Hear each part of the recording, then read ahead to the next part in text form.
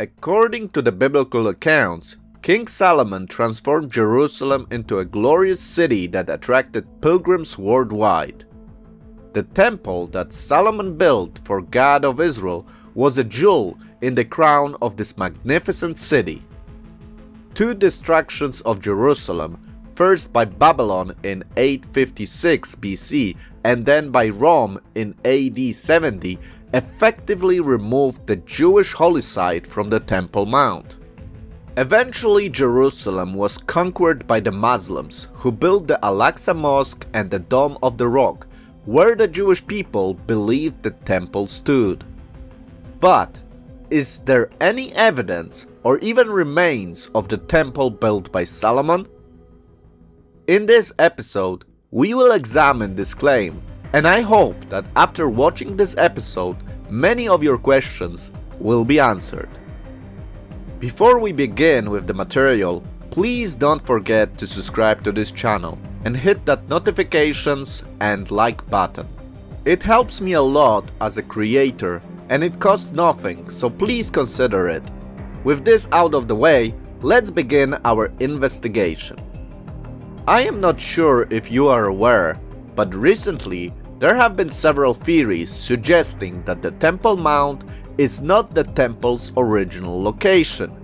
I made 2 episodes about those claims, and if you are interested in seeing them, I will put a link in the description of this episode, so make sure you check them out. They're very interesting in my opinion. To start off this discussion, I want to clarify what I mean when using specific terminology. When I refer to the Jewish temple, I refer to the building of which dimensions we have in the Bible. The temple, built by Solomon, had 2 parts. The first was the Heikal, main chamber or sanctuary, often called the holy place, measuring 40 cubits, that's 60 feet or 18 meters long, and 20 cubits, 30 feet or 9 meters wide. The second part was the Holy of Holies, measuring 20 cubits long and wide. Those are the measurements we find in 2 Chronicles chapter 3. Together, therefore, the structure was 60 cubits long, that's 27 meters, 20 cubits wide, and 30 cubits, that's 14 meters high.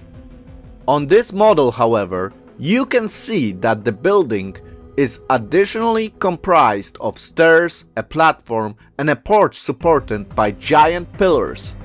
But those are basically the measurements of the temple.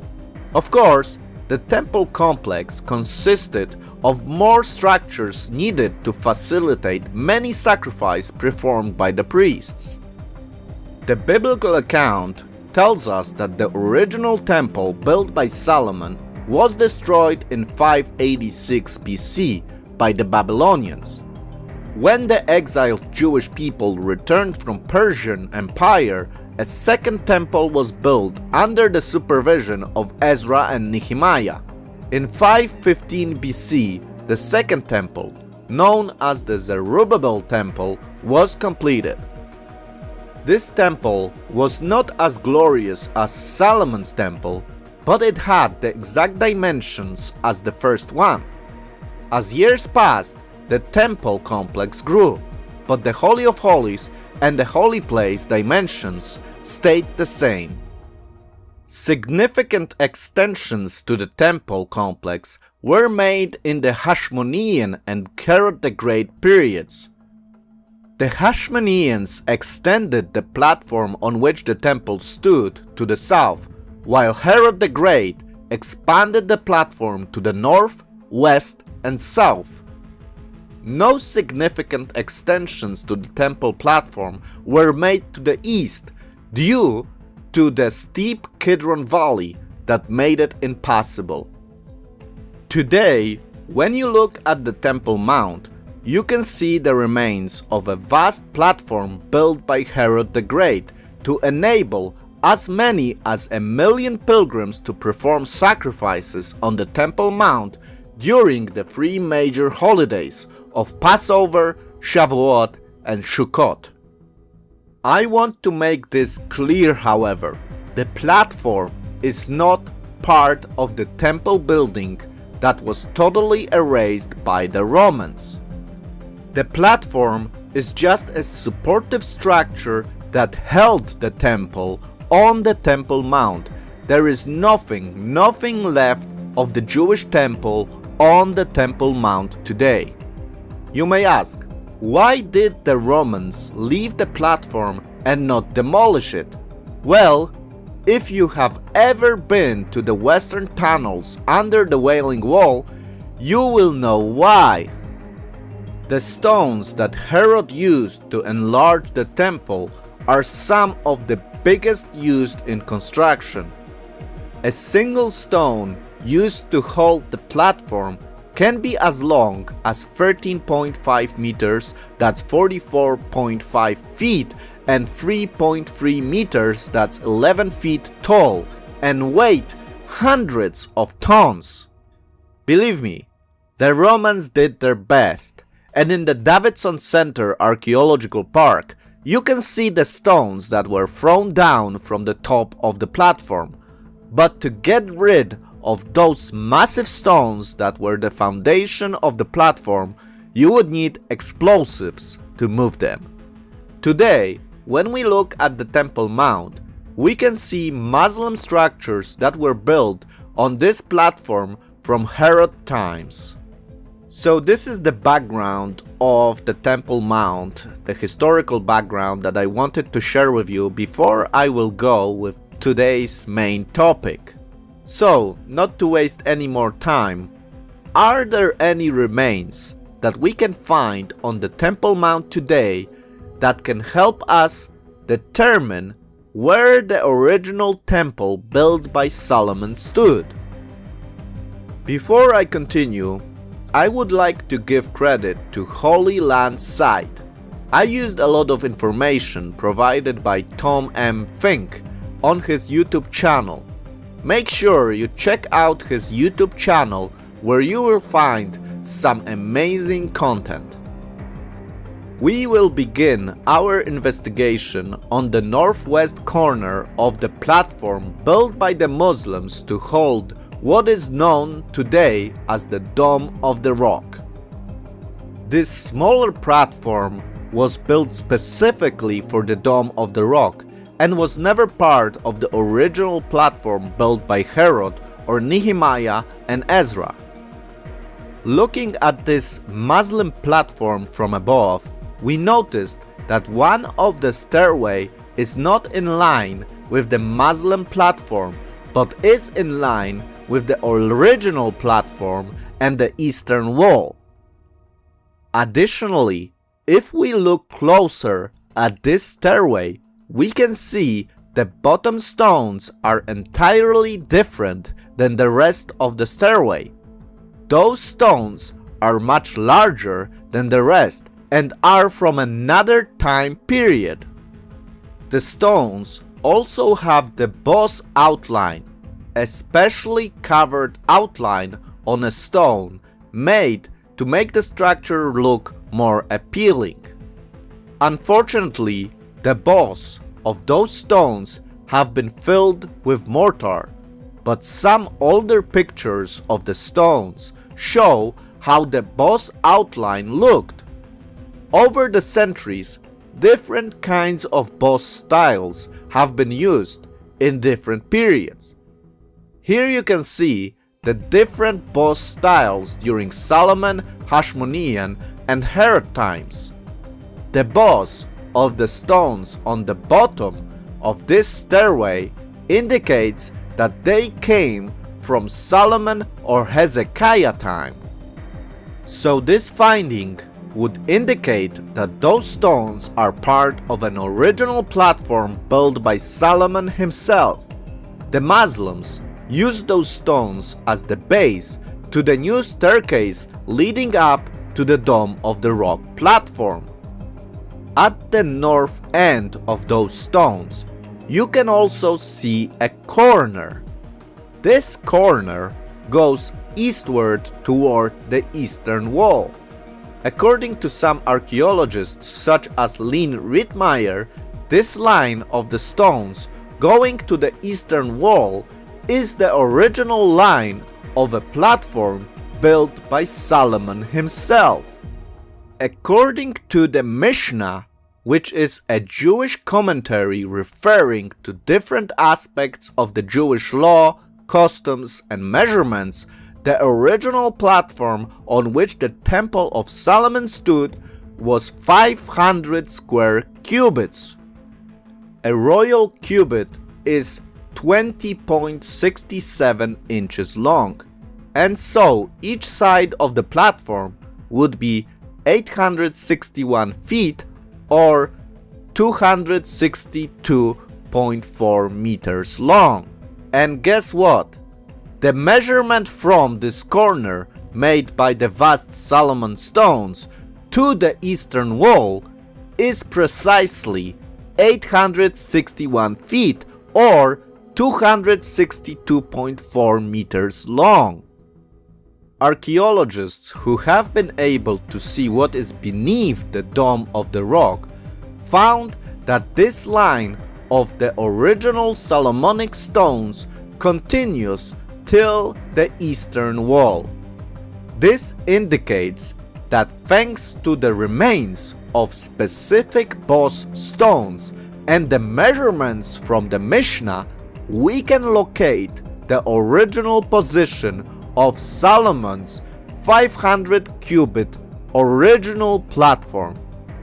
And if we can identify the platform's place, we can also locate where the temple stood. Now, let's turn to the eastern wall and see what we can find here. Just north of the northern wall east end, we see a visible offset in today's eastern wall. Looking from the Mount of Olives, this offset is located north of the East Gate, also known as the Golden Gate. I have a special episode about the East Gate. I will put a link in the description if you want to see it, so check it out. This offset is very interesting because, according to the construction models of Herod's temple, in this location a tower would stand. Additionally, next to the eastern gate at the bottom, we can see some ancient stones with a boss style dating to Solomon's time. Remember what I said, the eastern wall never changed its location due to the presence of the steep Kidron Valley. And so, the eastern side of the temple platform goes back to the very beginning when Solomon constructed the 500 cubit platform that supported the temple. So now, following the measurements of the 500 cubit square, if we follow the line from the northeast corner to the southeast corner, we can observe a bend in the eastern wall. Just guess at what point this bend shows up.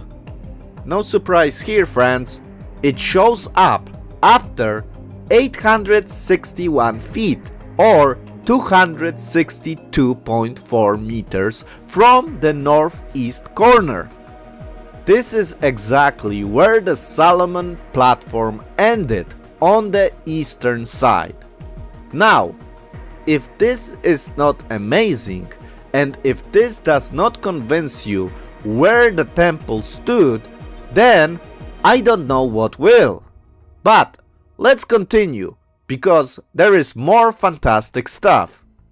So what is this bend we can see on the eastern side of the wall? Well, it is a testimony to an enlargement made by the Hashmoneans to the original temple platform. This extension was added to the temple complex around 164 BC. If you would like to learn more about the Hashmonean period, make sure you see my video on the holiday of Hanukkah. Again, I am putting a link in the description. The Hashmoneans added to the temple complex a platform at a slightly different angle, which is visible today through the presence of the band. Additionally, a careful observer will see a change in the stone style starting after the 861 feet or 262.4 meters from the northeast corner. The stones after the bend have a boss style typical of the Hashmonean period. Having two lines of exactly 861 feet or 262.4 meters, we can conclude that the Mishnah was correct in providing us with the measurements of the temple platform. Solomon's temple stood on a platform of which presence is visible today. Additionally to the Hashmonean expansion to the temple platform, Herod the Great, according to Josephus, increased the size of the platform to the south, west, and north. On today's remains of the temple platform, we can see evidence of this expansion. Looking from the Mount of Olives, you can see a seam in the wall that reveals Herod's expansion. Again, we can see stones with a different boss style on both sides of the seam. You can see stones with a boss style typical of Herod's time to your left. More of such Herod stones can also be found in the lowest part of the western wall. On the northern side of the platform, you can also see holes that indicate where the portico was located. To sum up, we know where the original Solomon's platform for the temple was. We see where the Hashmonean extensions were, and we see signs of Herod expansion to the temple. Additionally, under today's Dome of the Rock, we see the highest point of Mount Moriah, where Abraham was saved from sacrificing his son Isaac. Some believe that on this massive bedrock stone, we can see a cutout indicating where the Ark of the Covenant stood. This is significant because the measurements of the cutout are the exact size of the Ark of the Covenant. The rock itself seems to show the foundation of the Holy of Holies. If this is true, this is really amazing. And so we arrived to the end of our today's episode. I hope this episode was interesting for you and you were able to learn something new. Please don't forget to subscribe and hit that like button to receive more information on episodes on Israel's history. I kindly ask you also to consider supporting my channel. I put a lot of work into those videos and any support will be a great help for me. You can support me by either hitting a join button on my main channel webpage, or you can support me through Patreon. Thank you very much for all your support and have a great day. Shalom.